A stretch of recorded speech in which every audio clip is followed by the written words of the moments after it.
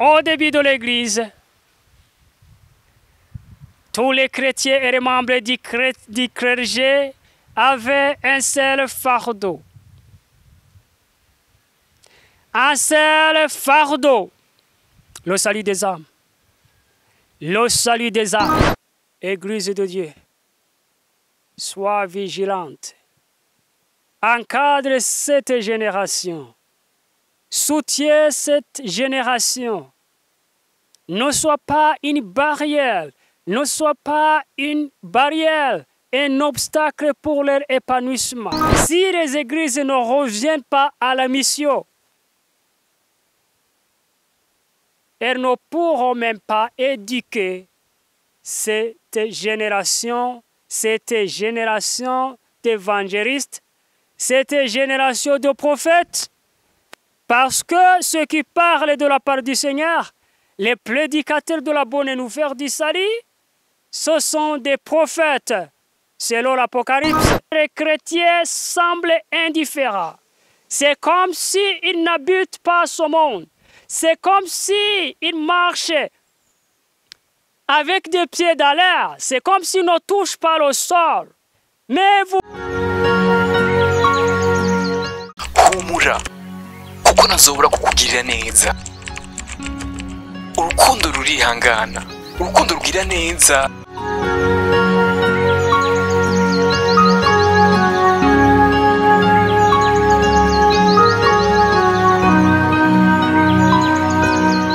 Bien-aimés dans le Seigneur, bonjour.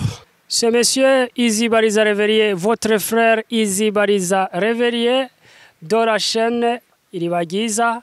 Pour ceux qui nous ont suivis dans la prédication précédente, nous avons dit que littéralement Iribagiza signifie la bonne source, la belle source. Frères dans le Seigneur, je voudrais continuer notre message.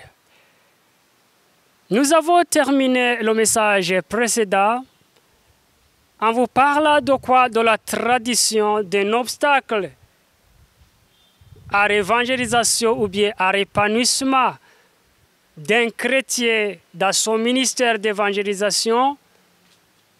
Cet obstacle était la tradition des communautés religieuses. Donc, le topic ou bien le thème était « Préparons-nous au grand réveil » ou bien « Préparons-nous à l'évangélisation des nations ». Frères bien-aimés dans le Seigneur, je voudrais continuer cette prédication en vous montrant le rôle de l'Église dans l'éducation ou bien dans la formation de ses fidèles pour l'évangélisation des nations ou pour se préparer au réveil imminent. Parce que comme nous l'avons dit, le réveil est proche.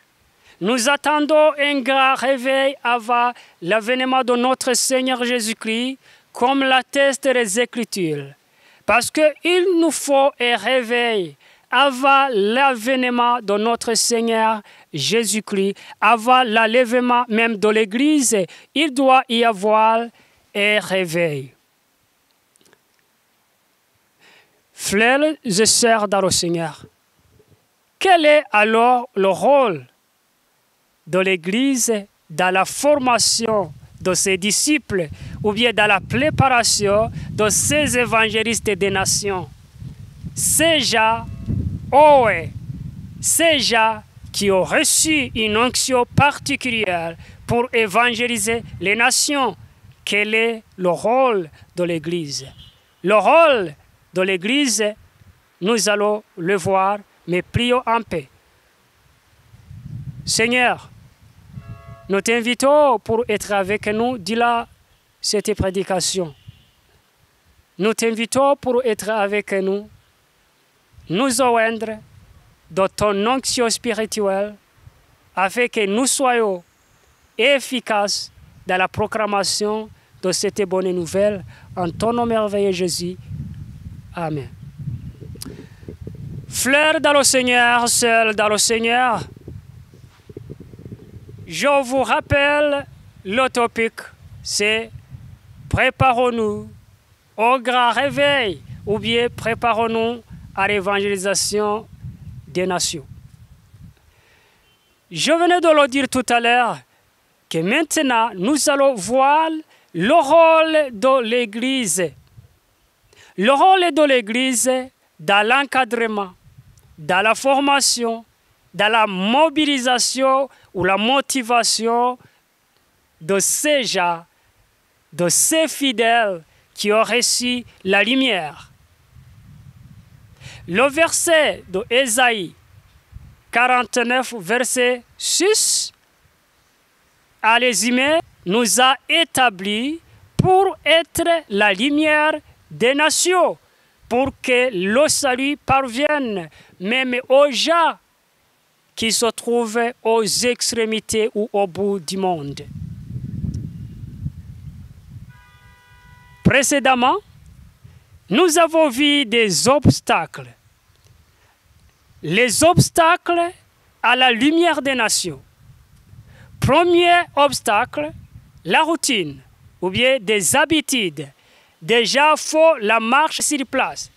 Le deuxième obstacle, c'était la tradition. La tradition de certaines communautés religieuses. Ces traditions stipulent que seules quelques personnes spéciales, donc des gens qui ont un statut particulier dans l'Église, auront droit de donner le témoignage, ce qui est faux. Troisième obstacle, c'était la mentalité. Notre mentalité, notre manière de penser.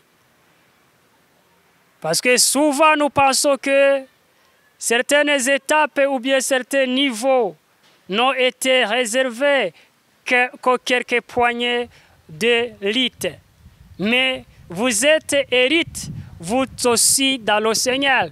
Vous êtes élite par la puissance du Saint-Esprit. Parce que la parole de Dieu dit, ce n'est ni par ta force, ni par ta puissance, mais c'est par mon esprit. Mon frère, voilà tout ce que nous avons vu. Mais aujourd'hui, nous allons traiter ce sujet. Quel est alors le rôle de l'Église? Le rôle de l'Église est crucial dans l'évangélisation. Malheureusement, nous avons vu que certaines dénominations peuvent plutôt constituer un obstacle au lieu d'être un soutien, au lieu d'être un support. Mais certaines dénominations religieuses peuvent plutôt constituer des obstacles, des barrières, des blocs pour empêcher, pour balayer la route à la progression de l'Évangile. Mais que devrait être le rôle de l'Église? Je voudrais d'abord vous rappeler la mission de l'Église. La mission de l'Église se trouve dans l'Évangile selon Matthieu, chapitre 28, du verset 19 au verset 20. Le rôle de l'Église, c'est de faire des nations des disciples de Jésus. C'est de convertir les nations en disciples de Jésus. Jésus nous a laissé cette mission. Jésus nous a légué la continuation du ministère public qu'il a inauguré. Et il nous a recommandé de prêcher la bonne nouvelle, de convertir les nations. Voici donc le rôle de l'Église, la mission de l'Église. L'unique mission de l'Église, c'est la proclamation de la bonne nouvelle, la conversion des nations en disciples de Jésus. Et cette mission reste la même, elle demeure la même en permanence. Cette mission n'expirera jamais. Son mandat existera tant que le monde est. Tant que le monde existe, cette mission doit être perpétuée de génération en génération. Alors, le premier rôle de l'Église, c'est de prêcher la bonne nouvelle. C'est de convertir les gens en disciples de Jésus. Alors, il incombe à l'Église de revenir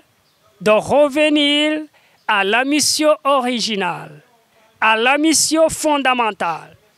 Parce que les églises d'aujourd'hui ont abandonné les missions. Beaucoup d'églises de nos jours, elles ne reconnaissent plus la mission originale, la mission fondamentale, la grande commission. Beaucoup ont dévié sur leur mission. Beaucoup d'églises ont dévié sur leur mission. Et ils ne sont plus prédicateurs ou bien enseignants de la bonne nouvelle. Mais plutôt, elles sont devenues des enseignants de la monnaie, des finances, de la prospérité. C'est l'évangile qui est en train d'être proclamé. C'est l'évangile qui est à la page. Mais je veux vous dire, le mandat de la grande commission n'a pas encore expiré. Et tant que le monde existe, cette mission reste la même. C'est la mission de l'Église. Que les églises font des activités de développement communautaire, que les églises construisent des infrastructures publiques, des écoles, des hôpitaux, ou bien même des stades, je ne sais quoi. Mais l'unique mission, la mission fondamentale, la grande commission, c'est la proclamation de la bonne nouvelle du salut. C'est la proclamation de la bonne nouvelle du salut. Une question te revient aux églises de Dieu. Qu'est-ce que tu es en train de prêcher? Qu'est-ce que tu proclames actuellement, aujourd'hui? Quel genre d'évangile proclames-tu? Pasteur, quel genre d'évangile proclames-tu? Évangéliste, quel genre d'évangile proclames-tu? Est-ce que c'est Jésus? Est-ce que tu enseignes Jésus et Jésus seul crucifié? Parce que la bonne nouvelle, l'évangile, c'est Jésus-Christ crucifié. L'évangile, c'est la croix de Jésus. Et en dehors de la croix de Jésus, il n'y a pas d'évangile. Il n'y a pas d'évangélisation. Bien-aimés dans le Seigneur, le rôle de l'Église est crucial. Mais pour que l'Église puisse encadrer ou former, elle doit d'abord revenir aux anciennes bornes, revenir à l'original, revenir au fondement. Si l'Église ne revient pas au fondement, comment peut-elle éduquer? Comment peut-elle former, mobiliser et motiver? Est-ce qu'on peut donner ce qu'on n'a pas? Voilà ce que l'Église a perdu. Et voilà le handicap. C'est parce que nous avons dévié sur la grande mission, sur la mission originale, sur la grande commission. On ne proclame plus la croix de Jésus. On n'enseigne plus le sang de Jésus. On n'enseigne plus la conversion, la repentance. Mais on enseigne la prospérité. On enseigne les promotions.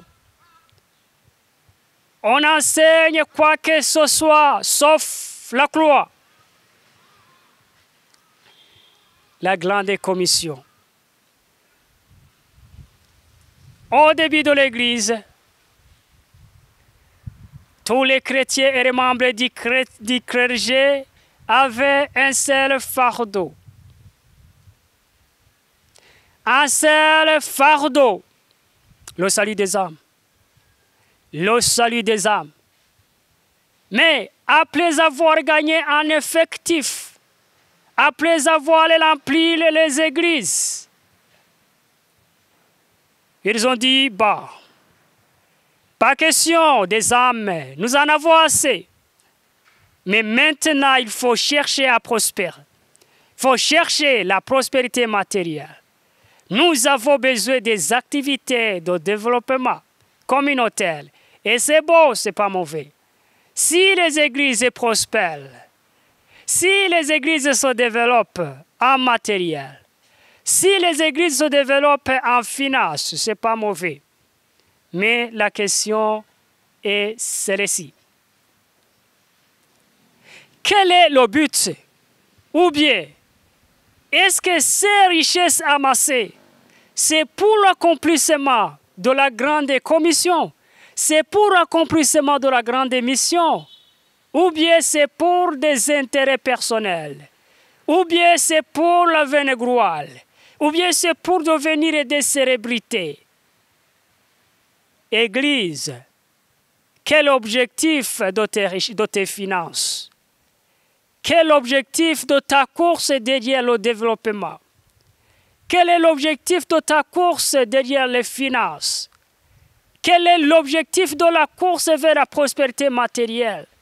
Et c'est pour l'accomplissement de la grande mission. Et c'est pour l'accomplissement de la mission de l'Église. Ou bien c'est pour l'enrichissement personnel. Ou bien c'est pour gonfler le portefeuille. Quel est l'objectif? Quel est l'objectif de ce que vous êtes en train de faire? J'ai peur.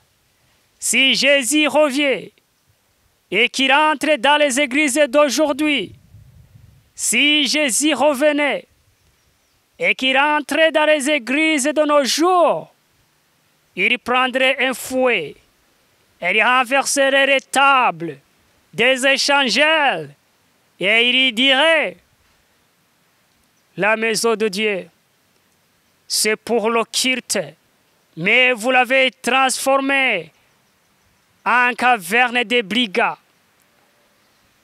Oui, c'est ce qui arrive de nos jours, c'est ce qui arrive maintenant. Beaucoup d'églises ont dévié sur la grande mission, ont dévié sur la mission de l'Église. Et ils ne savent pas ce qu'ils prêchent. Et ils ne savent pas ce qu'ils enseignent. Parce que c'est de la séduction, c'est de l'apostasie. Réveille-toi, ô Église de Dieu. Réveille-toi, ô peuple de Dieu. Dieu te veut. L'original, la bonne nouvelle, la grande commission, elle t'attend toujours. Vous déviez, mais la mission vous attend. Rattrape-la, parce que vous avez dévié. Église, pour encadrer tes fidèles, pour encadrer cette génération de prophètes, cette génération d'évangélistes et de nations, elle a besoin de toi.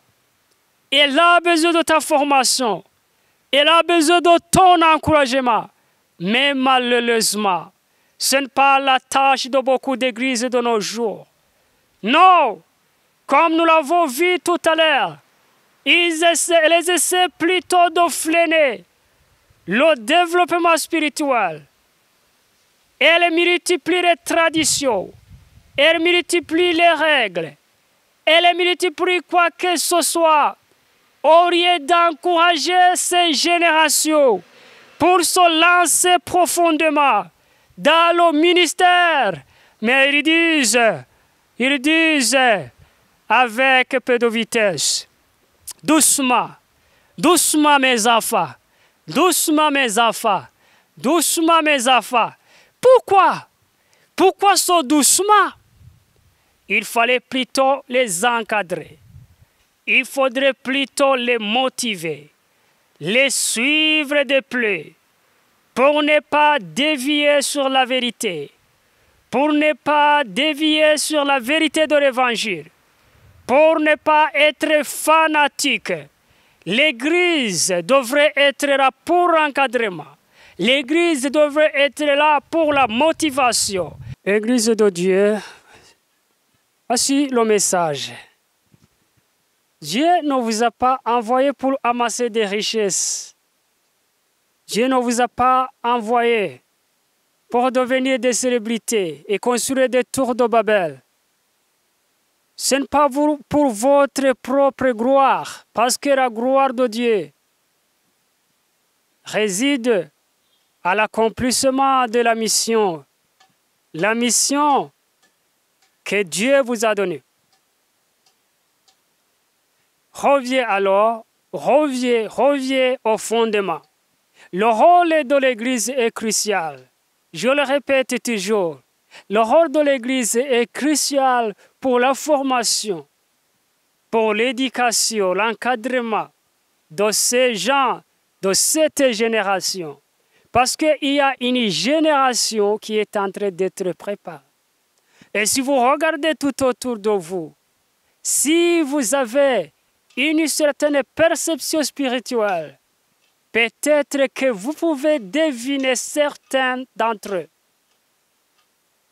Ces gens qui ont une mission spéciale, ces gens qui ont reçu l'onction, ces gens qui ont été préparés pour la grande évangélisation, pour le grand réveil, ils sont parmi vous. Et vous reconnaissez, si vous avez des yeux spirituels, vous pouvez les voir. Église de Dieu, sois vigilante.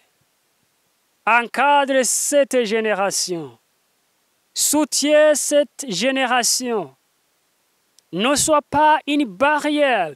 Ne sois pas une barrière, un obstacle pour leur épanouissement ou pour leur progression spirituelle. Suis-les attentivement et donne-le tout ce dont ils ont besoin. Ils ont besoin de ton soutien. Ils ont besoin de notre soutien. Ils ont besoin de notre encouragement. Plutôt que de les rabaisser et les décourager. Plutôt que de les freiner dans leur mouvement. Il faut les affermir. Il faut les encourager. Frères et sœurs, même les couleurs, ou bien les athlètes, ils ont besoin d'un encouragement. Oui, les fans qui sont là, ils les encouragent. Ils disent courage, ils disent courage, ils disent plus fort, ils disent courage, courage, courage. Et ça constitue une motivation. Et ces athlètes peuvent ainsi gagner le prix. Les fans ont un rôle pertinent. Ils jouent le rôle pertinent. Alors pourquoi n'encouragez pas cette génération, ces gens qui ont reçu cette onction, ces gens qui ont été appelés pour réaliser des exploits. Ces gens qui sont la lumière du monde. Oui, ils savent ce qu'ils doivent faire. Ils savent ce que signifie être la lumière des nations. Et c'est pourquoi ils travaillent durement pour cet objectif. Parce que dans le message précédent, nous avons adressé un message à cette génération. Nous avons adressé un message à ces gens-là qui ont reçu un appel spécial. nous nous sommes adressés à ces gens et nous avons dit, réveillez-vous, vous êtes la lumière du monde, changez de mentalité, brisez les barrières, mais toi, Église, soutiens tes enfants, soutiens cette génération, accorde-leur tout ce dont ils ont besoin pour accomplir leur mission. Priez pour eux. Au lieu de les freiner dans leur mouvement, il faut plutôt les motiver. Il faut plutôt les encourager pour la gloire de Dieu. Pour la gloire de Dieu.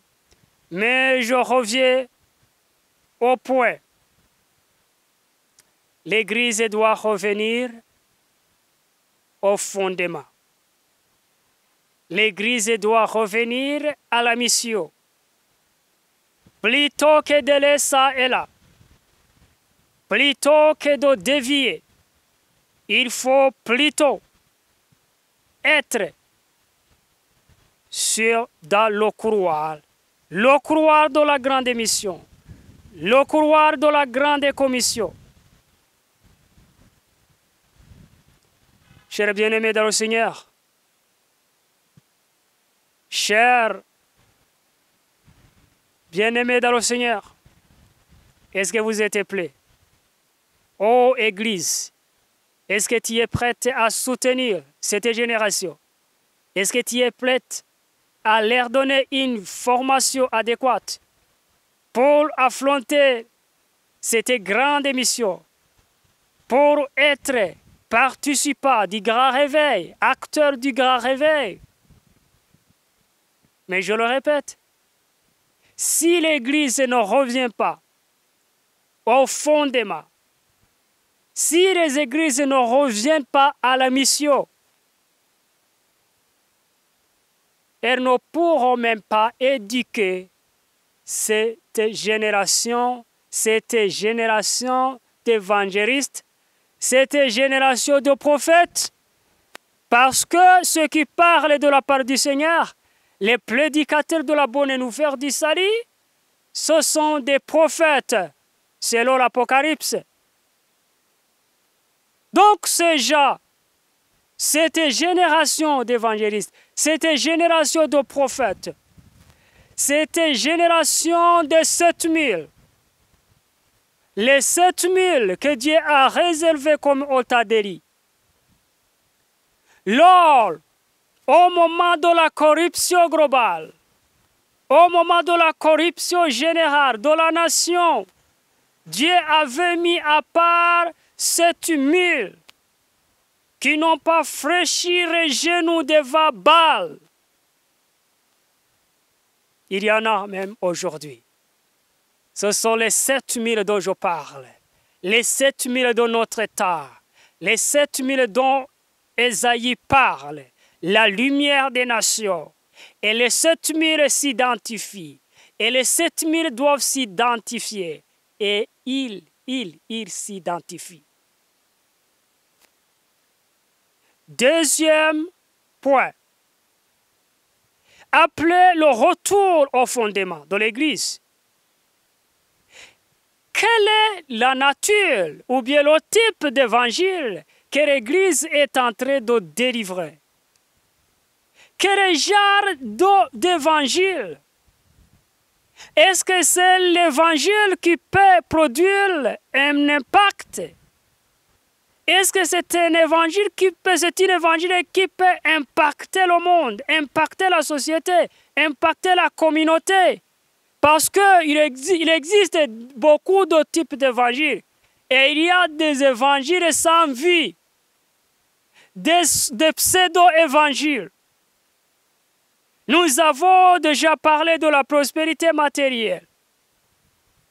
Mais maintenant que l'évangile doit-on prêcher? L'évangile, c'est Jésus crucifié. Et cet évangile doit produire un impact explicite, un impact considérable. Donc, nous ne prêchons pas dans le désert. Ce ne sont pas des théories. L'évangile de notre Seigneur, l'évangile, la mission de l'Église, ne sont pas seulement les théories. Non, c'est un message qui produit des changements. C'est un message qui produit un impact. C'est un message qui change les nations. Malheureusement, ce n'est pas ce genre d'évangile qui est en train d'être prêché, qui est en train d'être proclamé de nos jours. Non. Soit c'est la tradition, soit ce sont des coutumes humaines. Soit c'est la prospérité. Le message de la croix n'a plus de place dans beaucoup de dénominations. Elle ne parle plus de la croix. Elle n'enseigne plus de la croix. Elles enseignent le succès sans changement, le succès sans sainteté et le succès matériel.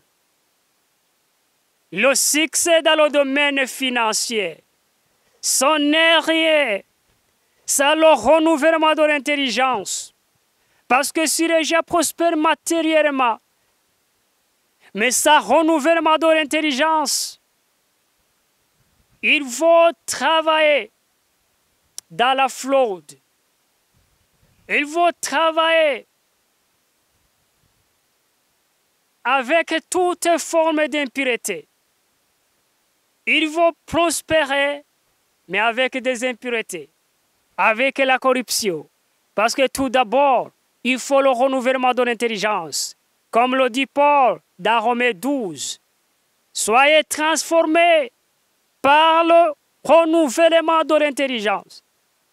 Oui, l'évangile qui impacte les nations, l'évangile qui impacte les sociétés, l'évangile qui influence les communautés, l'évangile qui influence les nations, c'est l'évangile qui peut renouveler l'intelligence.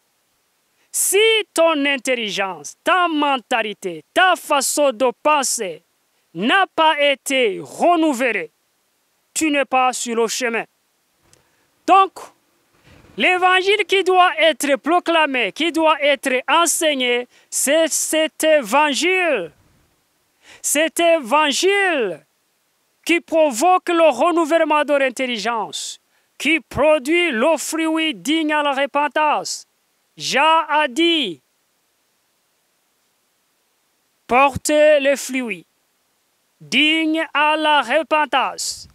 Mais Jésus aussi, dans le chapitre 15 de Jean, il a dit, si vous ne portez pas de fruits, si vous ne restez pas à moi, si vous êtes un arbre sans fruits, vous n'êtes rien. En fait, l'impact, c'est ça, c'est le fruit. Notre évangile doit produire des fruits. Il faut avoir de la récolte. Les résultats de l'évangile. Mais pourquoi cet évangile sans impact? Pourquoi l'Église se multiplie? Pourquoi la prolifération des sectes, des dénominations religieuses, mais sans impact, sans changement des nations? Beaucoup de nations comptent au moins une centaine de dénominations religieuses. Mais il n'est pas rare d'entendre des cas de viol, des cas d'assassinat, des cas de meurtre, de cas vraiment de corruption. Mais pourquoi? Pourquoi cet évangile n'a pas de fruits? Pourquoi cet évangile n'a pas de fruits? Pourquoi nous ne voyons pas de changement dans nos nations alors que partout l'évangile est prêché? Et ceux qui pratiquent ce genre de corruption, ce genre de mots, ce genre de péché et ce genre de forfait, ce ne sont pas les païens, ce ne sont pas des athées, ce sont des gens qui fréquentent des églises. Ce sont des gens qui prient chaque dimanche. Ce sont déjà zélés, des fanatiques, des fans de leur dénomination, mais qui n'ont pas été renouvelés dans leur intelligence. C'est parce que l'évangile est prêché. Ce n'est pas exactement l'évangile que Jésus nous a recommandé de prêcher. C'est parce que l'évangile est proclamé, ce n'est pas l'évangile biblique, mais c'est l'évangile formé de toutes parties. C'est un évangile manipulé. C'est un évangile bidouillé. On a tout fait pour transformer ou changer cet évangile en des paroles inutiles, à des théories et des philosophies humaines. Église de Dieu, réveille-toi. Réveille-toi. Prêche la bonne nouvelle. Prêche le Christ, Jésus crucifié. Sinon, tu ne pourras pas éduquer, tu ne pourras pas former cette génération qui a une vision particulière, qui a une vision spéciale. Parce que si vous avez des élèves doués, des élèves surdoués, vous avez aussi besoin de savoir pour les former. Parce que tu ne peux pas former un surdoué si tu es néant, si tu n'es rien. Tu ne peux pas éduquer un surdoué. Il existe une génération qui a une vision particulière, une vision spéciale, une vision d'impacter le monde, comme Alexandre le Grand l'appelait les Grecs. Lui qui avait une vision éloignée, une vision qui s'étendait aux horizons, alors que ses pédagogues lui enseignaient de préserver et d'entretenir la cité d'Athènes. Alexandre le Grand voit plus loin qu'Athènes. Il savait qu'il avait été créé pour un destin plus spécial. La cité d'Athènes n'était rien pour lui. Il savait plutôt, il avait à lui quelque chose. Il avait une autre opinion. Il avait une autre idéologie, celle de conquérir le monde entier. Et il a réussi à le faire parce qu'il avait cette vision et il avait travaillé pour cette vision. Église, tu as des Alexandres aujourd'hui. Tu as des Alexandres au milieu de toi. Il y a des gens qui ont une vision particulière. Il y a des gens qui ne se contentent pas seulement de manger des miettes, mais il y a des gens qui cherchent la manne d'en haut, des aliments spéciaux. Est-ce que tu es en train de préparer ça? Est-ce que tu te prépares pour ça? L'évangile qui impacte, l'évangile qui influence les nations, qui influence les sociétés. Chers frères en Christ, chers pasteurs, évangélistes ou autres personnes qui ont un statut particulier dans sa dénomination, je voudrais te donner son secret, te livrer son secret. Nous avons beaucoup de membres, beaucoup de fidèles, mais qui n'arrivent jamais à la maturité, qui ne croient pas spirituellement. Pourquoi? Dieu m'a révélé une chose. Il y a un grand péché que beaucoup de chrétiens commettent, mais ils ne savent pas que c'est un péché, le péché de l'indifférence. Le péché de l'indifférence. Comment opère l'indifférence? L'indifférence, c'est le fait de n'être ni chaud ni froid, comme le dit Apocalypse. Il y a des gens, des chrétiens, qui sont nés de nouveau,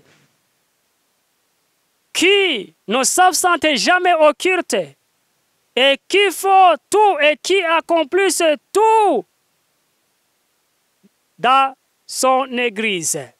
Toutes les pratiques, toutes les traditions, tous les sacrements, ils observent tous ces chrétiens, sauf la différence, sauf l'impact. Mais, qu'est-ce que je suis en train de dire? Que signifie indifférence? L'indifférence des chrétiens, ce que j'appelle aussi l'esprit de lâcheté. L'esprit de lâcheté.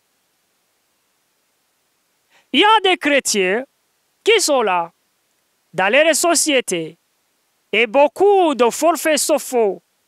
Il y a beaucoup de forfaits, la corruption, et ces chrétiens sont conscients, mais ils ne peuvent pas dénoncer ces cas de corruption, dénoncer ces cas de forfait, dénoncer ces cas de crime. Je ne le dis pas dans le contexte de la justice. Non, je ne dis pas cela dans le contexte de la justice séculaire. Non, mais de la justice d'en haut. Pourquoi vous ne pouvez pas vous révolter? Vous êtes dans une compagnie déjà corrompue, mais vous ne pouvez pas les dénoncer et dire non, impossible, on ne peut pas continuer dans ce chemin. Mais vous-même, vous soutenez les criminels. Vous soutenez les adultères, vous soutenez les prostituées, parce que vous êtes dans leur compagnie. Peut-être vous occupez le même ministère, vous travaillez pour une même institution. Tu es toujours avec eux, mais tu restes bouche bée, tu restes muet, tu es comme un sourd muet. Et Dieu te considère comme lâche parce que tu ne dénonces pas le péché. Dénonce le péché. Dis la vérité. Ne cache pas ta justice. Ne cache pas ton intégrité. Parce que si tu es intègre, mais que tu ne peux pas dénoncer le mal, dénoncer le péché, tu es complice. Que Dieu nous aide. Tu es complice dans le péché. Toi, tu es complice dans ces forfaits. Tu es complice dans la corruption. Que Dieu nous aide.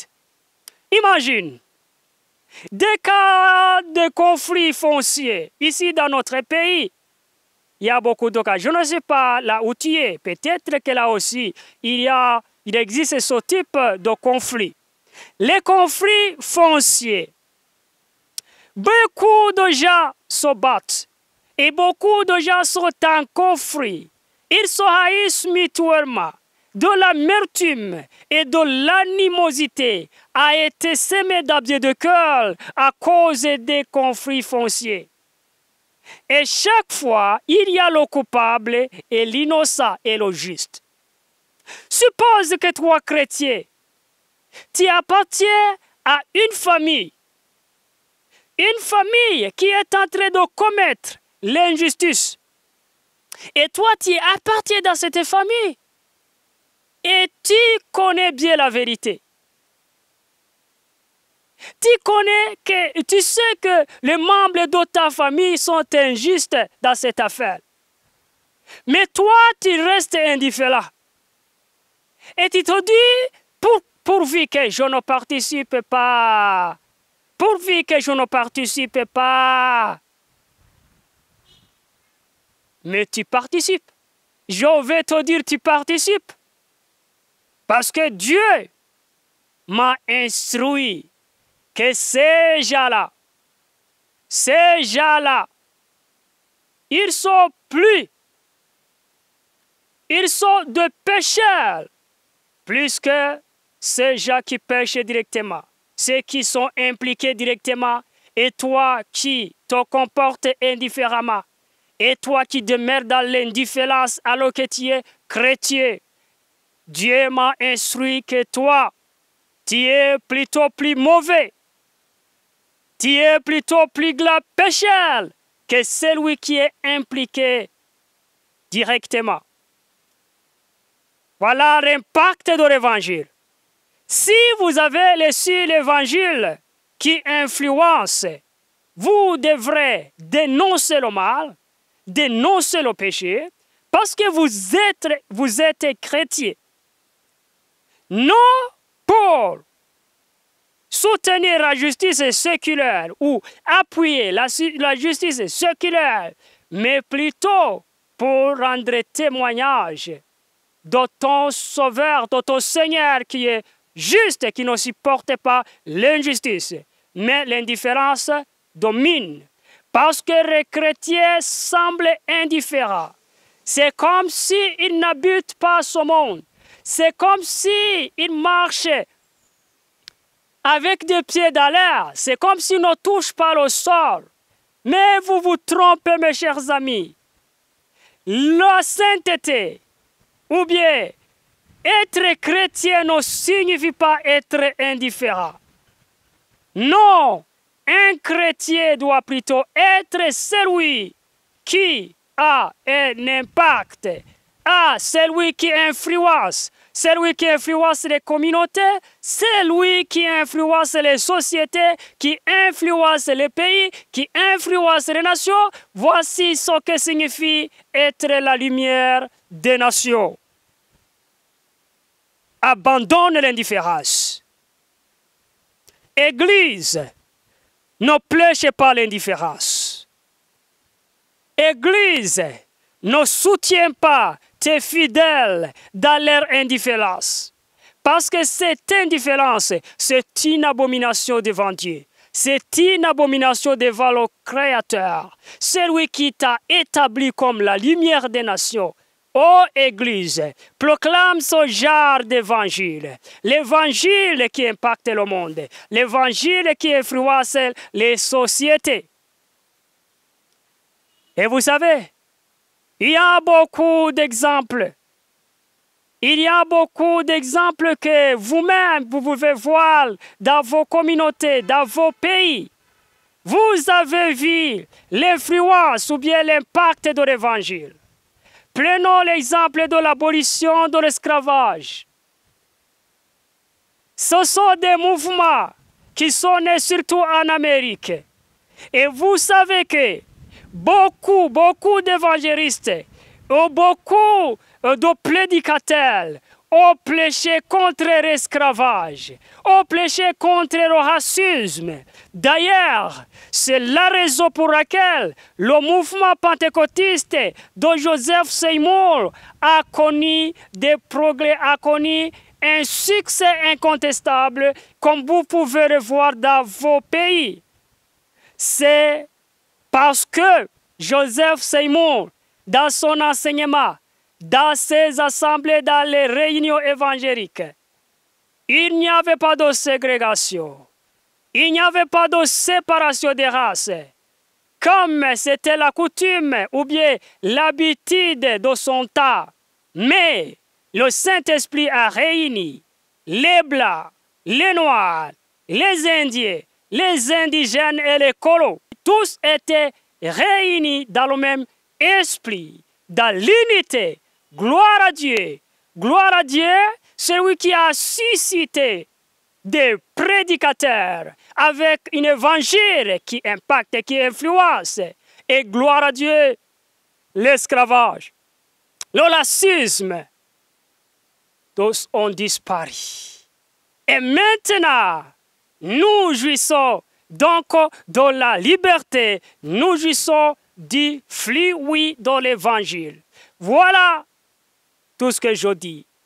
Et sans arrêt trop roué, vous savez qu'avec la Déclaration universelle des droits de l'homme, vous savez que la religion a joué un rôle pertinent. Nul ne conteste que l'Église, que les églises n'ont pas eu l'influence dans la Déclaration universelle des droits de l'homme. Voilà tout ce que l'Évangile a pu donner. L'Évangile que nous prêchons, l'Évangile des églises, doit être orienté dans le sens de l'impact, que cet évangile puisse se produire dans le monde, dans les communautés et dans les sociétés. Sinon, l'évangile de Christ n'est pas l'évangile. Parce que si, d'abord, les cœurs changent, si les gens sont transformés spirituellement, si leur intelligence est renouvelée, leur cœur est renouvelé, alors ils peuvent impacter le monde. D'abord, l'évangile doit impacter le cœur, l'évangile doit changer, transformer l'intelligence, les mentalités. Après le changement des mentalités, alors cet évangile doit utiliser ce dont la mentalité a été transformée pour influencer le monde. Je dis que nul ne peut contester actuellement ce que l'Évangile a produit même dans le passé.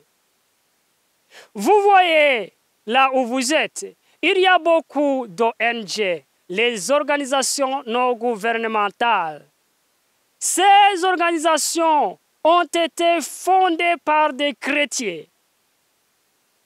Ce sont peut-être des organisations pour l'entraide mutuelle, pour l'assistance aux vulnérables, ainsi de suite. Mais tout cela montre le rôle, l'importance de l'Évangile. Comment l'Évangile peut influencer les nations, même les communautés. Je ne dis pas que tous qui ont fait ça, tous qui ont fondé ces organisations sont de vrais chrétiens. Je ne sais pas, je ne connais pas leur statut spirituel actuellement, mais peu importe. Mais je sais que lorsqu'ils ont débuté leur entreprise, leurs organisations, je sais qu'ils étaient inspirés et ils étaient motivés positivement. Oui, ils ont fait tout cela parce qu'ils étaient inspirés et parce que l'Évangile avait touché leur cœur. Si l'Évangile touche le cœur et les sociétés, alors l'Évangile place son sens exact. Voilà le sens exact. Voilà ce que signifie l'Évangile. C'est l'Évangile qui transforme le cœur, mais aussi les sociétés. C'est l'Évangile qui transforme les communautés, mais aussi les nations.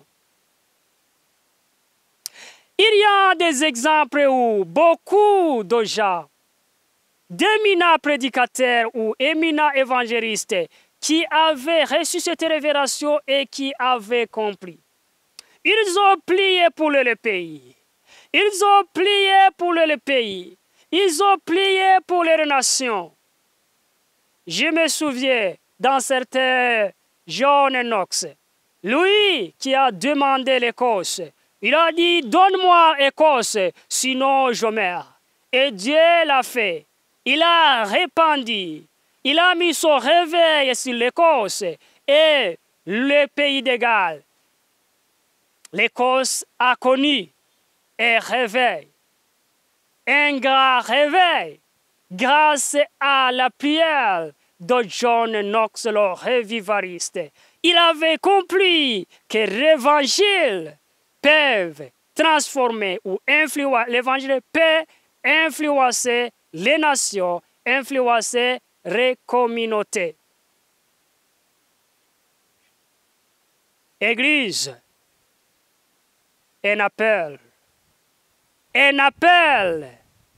à la prédication, à l'enseignement de l'évangile, du vrai évangile, de la vraie évangile, évangile qui impacte, qui influence les nations. Sinon, tout ce que nous prêchons sera considéré comme des théories, comme des opinions, tout comme de l'idéologie, comme toute autre idéologie. Mais l'évangile, ce n'est pas une simple idéologie. Non, c'est la puissance. C'est la puissance. C'est la puissance. L'évangile, c'est la puissance. L'évangile, ce n'est pas une idéologie. L'évangile, ce n'est pas une opinion philosophique. Ce n'est pas une opinion politique. Ce n'est pas une simple opinion religieuse. Mais l'évangile, c'est la puissance. La puissance qui accorde le salut. La puissance qui donne le salut. Voilà l'évangile. Église, pour bien encadrer, pour bien former, cette génération d'évangélistes, cette génération de prophètes. Église, tu dois te focaliser. L'évangile doit être orienté dans le sens de l'impact. Dans le sens de l'impact.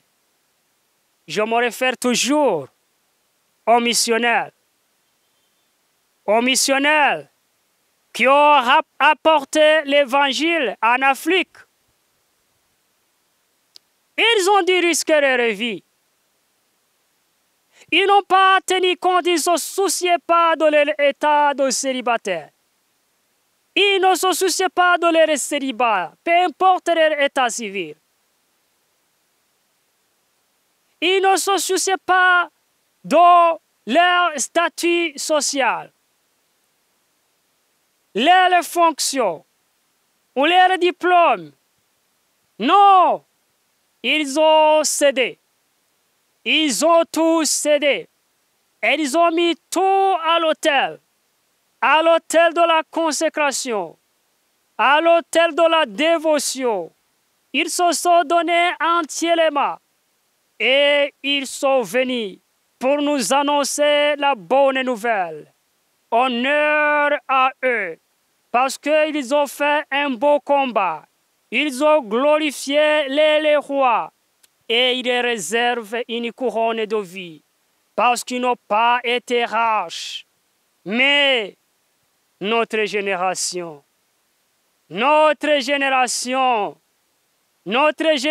qui gît dans le confort matériel, notre génération qui jouit dans la vaine gloire, notre génération qui est dans le confort matériel de la prospérité de tout genre. Est-ce que nous sommes prêts à proclamer cet évangile? Si nous étions ces missionnaires, si nous avions existé à l'état, aurions-nous évangélisé l'Afrique? Aurions-nous diffusé la bonne nouvelle? Aurions-nous abandonné tout pour arriver jusqu'au bout du monde? Je doute fort, mais Dieu est en train de nous réveiller. Mais Dieu est en train de réveiller son Église. Mais Dieu est en train de toucher son Église. Et son message doit parvenir à leur destinataire. Au nom de Jésus. Église de Dieu, voici ton message. Voici ton message. Toi, conducteur, ancien, pasteur, évangéliste, qu'est-ce que tu es en train de faire? Quel est ton rôle? Es-tu conscient de la grande évangélisation? Es-tu conscient du réveil imminent? Et qu'est-ce que tu es en train de faire pour te préparer à son avènement? Est-ce que tu es en train de préparer la génération de ton Église? Parce que bien sûr, il y en a. Maintenant, relève ta vision. Le rose est ta vision. Regardez tout autour de toi. Regardez au milieu de toi. Tu vas identifier ces gens. Tu vas identifier ces gens. Bien sûr, ils peuvent ne pas avoir un statut religieux spécial dans ta dénomination. Ils peuvent être même des pauvres, des gens sans instruction théologique. Mais quand même, ils ont le secret de Dieu. Ils ont une onction particulière. Et ils vont travailler. Et ils vont se réveiller. Ils vont se relever. Et travailler. Je t'ai établi pour être la lumière des nations. Lumière des nations. Est-ce que tu me captes? Est-ce que tu me complais? Es-tu connecté? Lumière des nations. Réveille-toi. Relève-toi. Debout. Au nom de Jésus. Cours. Marche. Avec le Seigneur, tu vaincras. Avec la croix, tu vaincras.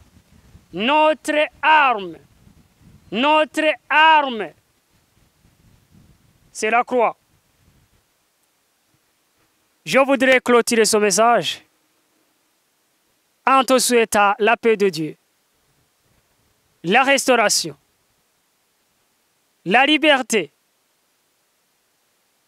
et le réveil. Amen. Seigneur, merci pour ce message qui vient d'être délivré. Seigneur, achemine et oriente cette lumière à son destinataire. Réveille-lui. Réveille-le. Au nom de Jésus. Pour qu'il puisse marcher dans la lumière de ta parole, dans la lumière de la révélation et dans la lumière du réveil. En ton nom merveilleux Jésus. Amen.